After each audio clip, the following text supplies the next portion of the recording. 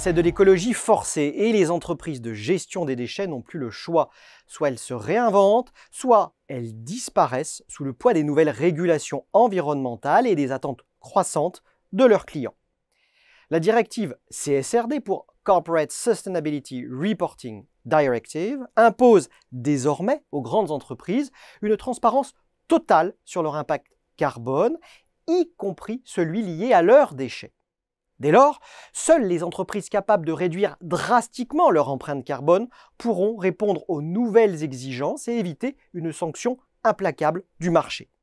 De leur côté, les municipalités prennent un virage écologique, obligeant les géants des déchets à accélérer. Cette transition écologique représente un défi d'une ampleur inédite pour un secteur, celui de la gestion des déchets, encore trop souvent englué dans ces méthodes obsolètes, selon une récente étude approfondie de Xerfi Intelligence Strategic. Prenons la phase de collecte des déchets. Aujourd'hui, les déchets sont majoritairement collectés par des camions-bennes diesel, véritables dinosaures d'un autre temps. La ville de Lyon a donné le ton. Entre 25 et 50% des véhicules collecteurs devront être électriques d'ici 2031. Pour les entreprises de collecte, le choix est simple, investir massivement dans une flotte propre ou être écarté des appels d'offres publics. La technologie est là, bio-GNV, biodiesel, batterie électrique et hydrogène. Mais ces solutions sont coûteuses et encore insuffisamment matures. Les entreprises devront trouver un équilibre délicat entre innovation et rentabilité pour ne pas sacrifier leur compétitivité sur l'autel de la transition écologique. Il faut aussi s'attendre à une irruption de l'intelligence artificielle dans le tri des déchets. Les centres de tri deviennent le champ de bataille de la gestion des déchets. La computer vision, cette technologie d'analyse d'images, est en train de bouleverser le secteur.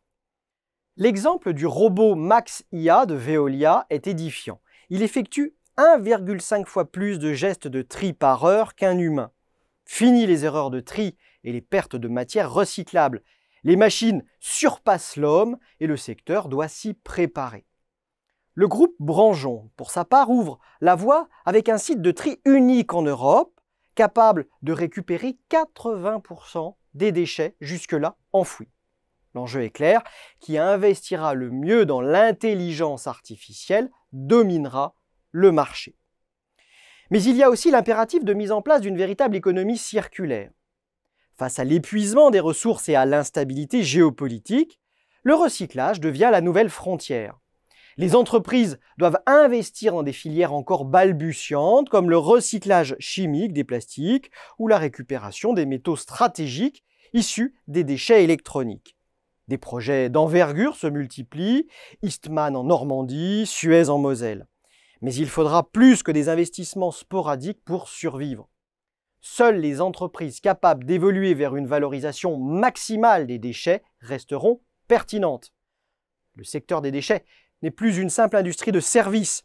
Il devient un acteur clé de la transition écologique. Pour survivre, les gestionnaires de déchets doivent engager leur transformation numérique et leur diversification dans la valorisation.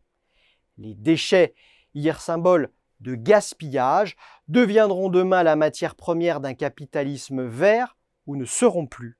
L'enjeu est simple, recycler ou périr.